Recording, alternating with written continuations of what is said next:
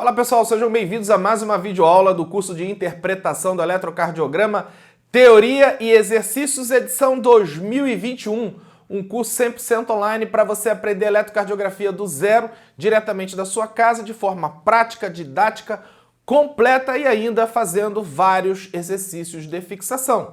Eu me chamo Anderson Luiz e dando aí continuidade, ao nosso curso de eletrocardiograma, teoria e exercícios, eu trouxe para você aqui uma questão da prova de residência médica do Hospital de Clínicas de Porto Alegre, que foi aplicada agora em 2021 para as especialidades aí nas áreas de cardiologia, R3 em cardiologia. É uma questão envolvendo eletrocardiograma e arritmia cardíaca, um tema aí muito frequente nas provas de residência e que as pessoas aí sentem muita dificuldade de tratar desse tema, eletrocardiografia e arritmia cardíaca. Foi por isso que eu trouxe aí esta questão para a gente discutir aqui, ECG e arritmia cardíaca. Muito bem, esta aqui é uma aula extra do nosso curso de interpretação, do eletrocardiograma, teoria e exercícios. Na verdade, é a 43ª aula do curso, O curso ele tem aí 41 videoaulas, que fazem parte aí da formação do curso, e nós estamos colocando agora a segunda videoaula extra, que é a parte de resolução de exercícios, principalmente aí envolvendo questões de prova, Prova de residência, prova de concurso público, etc.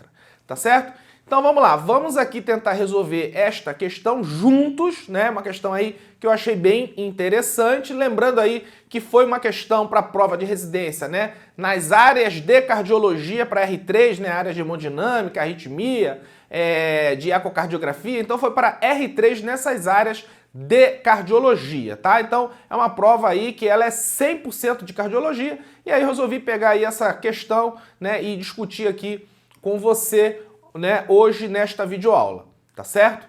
Muito bem, então, sem mais delongas, vamos lá para a questão da prova, Um paciente de 68 anos com história de hipertensão arterial foi trazido à emergência por familiares devido a um quadro de palpitações e alteração do nível de consciência, A admissão, a frequência cardíaca era de 120 batimentos por minuto, a pressão arterial era de 70/40 e a saturação de oxigênio era de 90%, Ao exame, o paciente encontrava-se sonolento, mas acordava ao ser chamado. A ausculta cardiovascular revelou um ritmo regular de 2 tempos, 6 sopros, e a ausculta respiratória e murmúrio vesicular uniformemente distribuído, com presença de crepitações bilaterais. O eletrocardiograma realizado encontra-se reproduzido abaixo, tá? Muito bem, então é uma questão aí, um caso clínico, em que o paciente ele chega aí à sala de emergência, é um paciente que previamente tem uma história apenas de uma hipertensão arterial, ele tem 68 anos, tá? E chega aí à sala de emergência com queixa de palpitações, e alteração do nível de consciência. Então, existem aí alguns dados nesse caso clínico que a gente precisa destacar, E aí a gente vai destacar aí que é um paciente de 68 anos, que tem alteração que tem palpitações com alteração do nível de consciência, chegou aí com uma frequência cardíaca, que pelo exame clínico mostrou aí 120 batimentos por minuto, tá? E tinha aí uma pressão arterial, reduzida, uma pressão de 70/40 e uma saturação de oxigênio baixa, de 90%, paciente que se encontrava aí sonolento, E ainda com presença de crepitações bibasais, em ambas as bases pulmonares. Então é um quadro clínico, de um paciente que tem o quê? Uma instabilidade hemodinâmica, Então um paciente que chega com alteração do nível de consciência, pressão reduzida, e crepitações bibasais, tá? Então ele é um paciente que tem o quê? Tem uma instabilidade hemodinâmica. Então, o que a questão, ela trouxe para você é isso, esse paciente tem uma instabilidade hemodinâmica, tá certo? Então isso fica muito claro aí na descrição aí desse caso clínico. É claro que isso aqui é um caso clínico, hipotético, que foi criado aí para a realização de uma prova, Por quê? Porque dificilmente um paciente que chega à sala de emergência com uma frequência cardíaca de 120 batimentos, que não é uma frequência tão elevada assim, né, essa frequência cardíaca aqui, né, leve a esse quadro de instabilidade hemodinâmica. Mas aí você pode perguntar, Anderson, tá legal, mas e se esse paciente tiver, por exemplo, uma doença arterial coronariana, né? E aí um pouco que a frequência cardíaca ela se eleve, né? Já existe aí um desbalanço, né, em oferta de O2, de consumo de O2, esse paciente pode fazer uma insuficiência ventricular esquerda, queda da pressão arterial, né, congestão pulmonar, tá? E alteração do nível de consciência. Beleza. Nesse caso, pode sim, apesar do que aqui, né, no começo da questão, ele não trata, né, de comorbidades, como, por exemplo, o paciente ser portador de doença arterial coronariana. Ele diz que o paciente é portador de hipertensão arterial, né? Não comenta nada, mas pode, realmente pode. Se o paciente aí tiver uma aterosclerose coronariana numa artéria importante, como a descendente anterior, né, e uma obstrução grave, aí qualquer elevação da frequência cardíaca pode induzir realmente a isquemia miocárdica, e aí nesse caso o paciente ele pode sim apresentar aí instabilidade hemodinâmica. Mas no caso de um paciente que não tem doença estrutural do coração, né, uma frequência de 120 batimentos por minuto, né, dificilmente vai levar a um quadro de instabilidade hemodinâmica. Então por que eu estou insistindo nisso? Porque nesses casos a gente sempre tem que buscar, né, outras causas de instabilidade hemodinâmica, né? Então, por exemplo, será que esse paciente, na história dele, né, não tem aí nada que sugira um quadro séptico, né? E ele está fazendo aí uma instabilidade hemodinâmica por conta da sepse, né, e não por conta da taquiarritmia, né? No caso aí a taquicardia seria apenas uma consequência da queda do débito cardíaco, né? Então a gente sempre está pensando aí em outras hipóteses diagnósticas para um paciente que chega com uma frequência de 120 batimentos por minuto em instabilidade hemodinâmica sem história de cardiopatia estrutural, tá? A gente tem que estar pensando em outras causas que podem aí estar realmente levando esse paciente a um quadro de instabilidade hemodinâmica, tá certo? Mas aqui, como eu falei, né, é um quadro clínico hipotético, tá? E a princípio o que o examinador queria aí era cobrar de você o seguinte, né? Olha, tem um eletrocardiograma aí embaixo que tem uma taquiarritmia e clinicamente esse paciente está instável, né? E essa instabilidade hemodinâmica foi em decorrência da taquiarritmia. Pronto, é isso aí que a gente tem que estar na cabeça, porque nós estamos aí diante de uma questão de prova, nós não estamos diante, né, de um caso clínico real, tá? Esse é um caso clínico hipotético. E aí no eletrocardiograma a gente vê uma taquiarritmia, que chama muita atenção, de QRS largo e muito importante aqui, de ritmo regular, né? Então se a gente for medir aqui, né, RR, a gente vai perceber que o ritmo ele é totalmente irregular, tá? Então diante de uma taquiarritmia de QRS largo, ritmo irregular, né, a gente tem aí uma chance muito alta de estar diante de uma taquicardia ventricular monomórfica sustentada, tá? Mas aí também a gente precisa pensar, será que eu estou diante de uma taquicardia supraventricular conduzida com aberrância, ou seja, com bloqueio de ramo, que é uma outra hipótese, né? Então, como a gente olha aqui esse eletrocardiograma, a gente percebe, né, que aqui nas precordiais direitas, né, a gente tem aí um padrão de bloqueio de ramo direito. Se a gente tem um padrão de bloqueio de ramo direito, é porque, né, sendo uma arritmia ventricular, essa arritmia, né, ela está acontecendo onde? No ventrículo esquerdo. Por quê? Porque no ventrículo esquerdo, né, o ventrículo esquerdo ele se despolariza primeiro, vamos supor que a gente tem um mecanismo de reentrada no miocárdio do ventrículo esquerdo, o ventrículo esquerdo se despolariza primeiro para depois despolarizar o direito. Isso simula aí um bloqueio do ramo direito. Então as arritmias cuja origem está no ventrículo esquerdo, né, a gente vai ter aí um padrão de bloqueio de ramo direito. E as arritmias, né,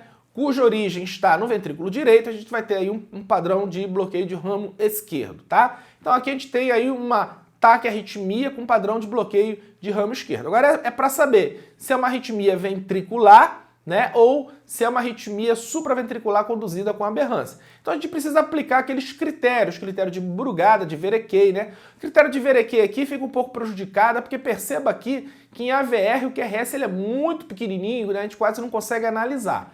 Mas no critério de Brugada, né, perceba aqui uma coisa, a gente olha, né, as derivações precordiais. E a primeira pergunta do critério de Brugada é: tem, né, onda R pura ou onda S pura, né, das precordiais? Né? Pura não, a gente tem aqui onda R e onda S, onda R e onda S. Então, se a gente tem onda R e onda S, a gente vai para o segundo critério. O segundo critério diz assim: no início da onda R, aqui ó, início da onda R, até o final do ponto mais baixo da onda S, ou seja, o início da R e o nadir da S. Né? Entre o início da R e o nadir da S.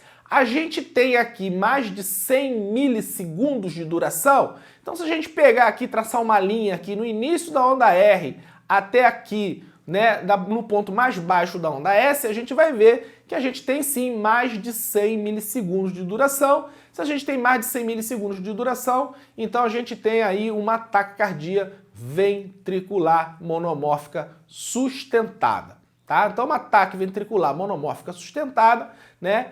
Padrão aí bloqueio do ramo direito, tá certo? Isso aí leva a gente a pensar, né, muitas vezes em pacientes que não têm cardiopatia estrutural, né? Leva a gente a pensar às vezes numa taquicardia ventricular, né, monomórfica, que se chama ataque ventricular fascicular. Por que fascicular? Porque a arritmia ela tem um mecanismo de reentrada exatamente nos fascículos do ramo esquerdo.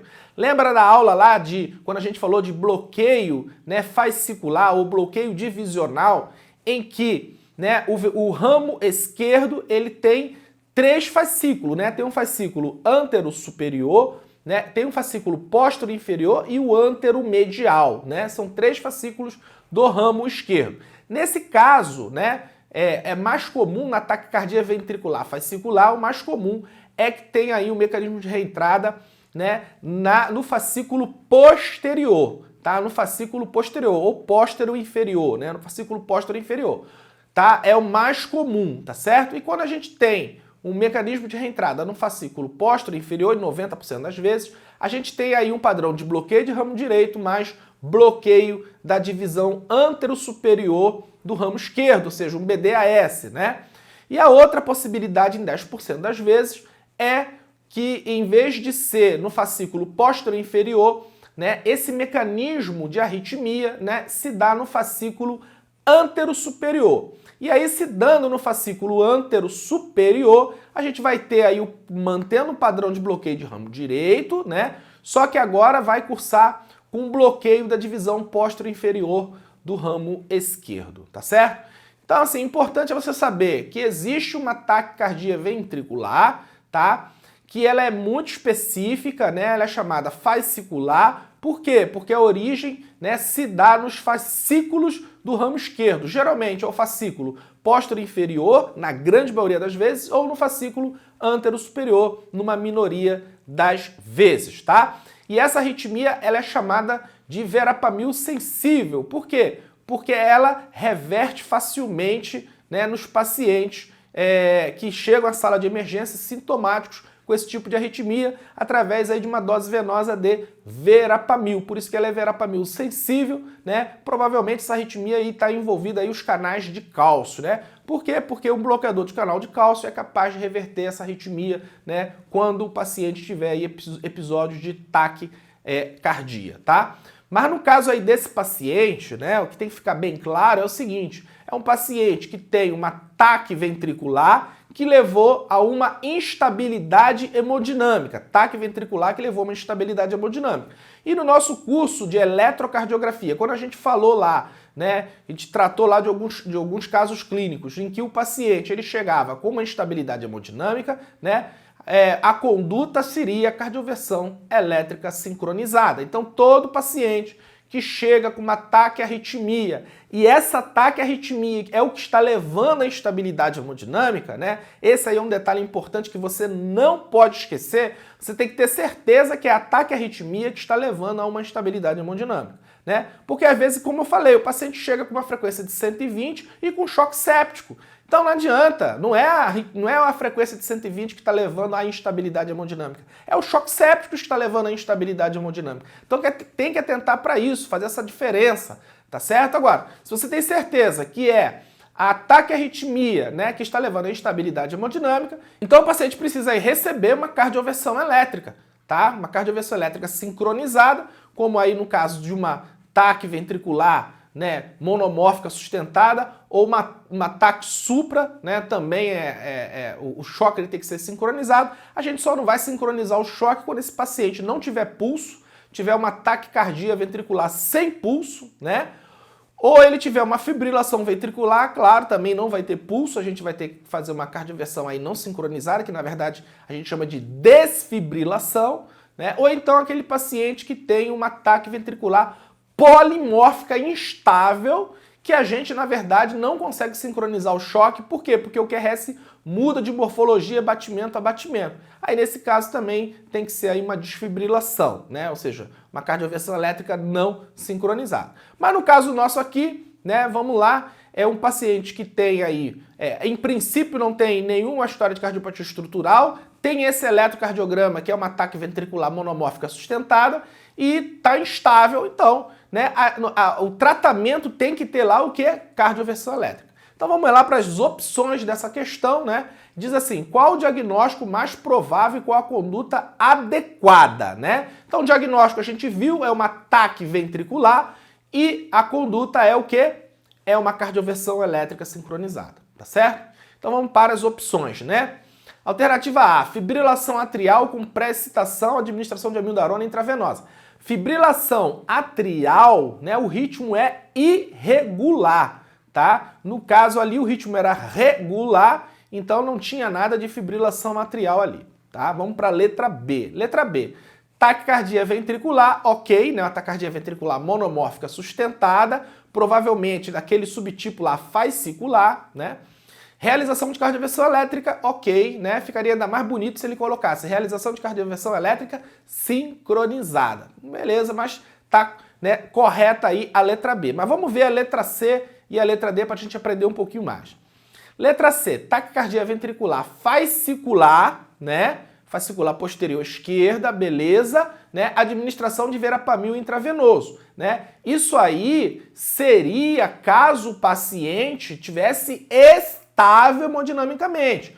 Quando o paciente está instável, né, o tratamento é a cardioversão elétrica, a gente não faz nenhuma medicação. Imagina, o verapamil é uma medicação, né, que tem ação vasodilatadora e tem ação aí que deprime o miocárdio. O paciente está com a pressão 70/40, vai fazer verapamil intravenoso? Então você pode dar o diagnóstico mais bonito que for lá do eletrocardiograma, mas se não souber tratar, né, não adianta nada. Tem que saber dar o diagnóstico e tratar adequadamente, tá? Então, é uma taquicardia ventricular fascicular, mas deve ser tratada com cardioversão elétrica sincronizada. Perfeito? Muito bem. Letra D, flutter atrial, não tem nenhuma evidência ali que seja um flutter, né? E a administração de beta-bloqueador também não pode, o paciente está instável, não se faz, né, nenhuma medicação que possa agravar ainda mais a instabilidade hemodinâmica do paciente. Então a resposta correta é a letra B de bola, taquicardia ventricular, realização de cardioversão elétrica. Uma questão fácil. Se ele quisesse, né, complicar um pouco mais, ele daria aí uma outra opção, dizendo que era uma taquicardia ventricular, fascicular, anterior, antero-superior, e aí ele poderia te enrolar lá, mas ele não quis enrolar, ele quis saber o seguinte, diante de um paciente, né, com uma instabilidade hemodinâmica provocada por um ataque à arritmia, qual é a sua conduta? Cardioversão elétrica sincronizada.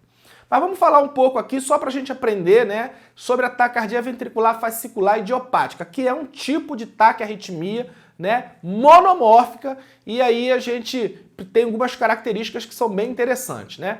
Primeiro, né, essa taquiarritmia, né, essa taquicardia ventricular, ela faz parte do grupo das taquicardias idiopáticas, né, porque elas ocorrem em coração estruturalmente normais, né? A gente viu também que, por exemplo, a síndrome de Brugada, né, pode provocar arritmias em corações estruturalmente normais, a síndrome do QT longo, tá, do QT curto, né? E aí a gente tem também as taquicardias ventriculares fasciculares que também ocorrem aí em coração estruturalmente normal. A gente não sabe muito bem ainda, né, como se deflagra esta taquiarritmia, né? Mas a gente sabe que envolve aí os fascículos, né, do ramo esquerdo, né? O fascículo póstero inferior, principalmente esse, e o fascito ântero superior numa minoria dos casos, tá?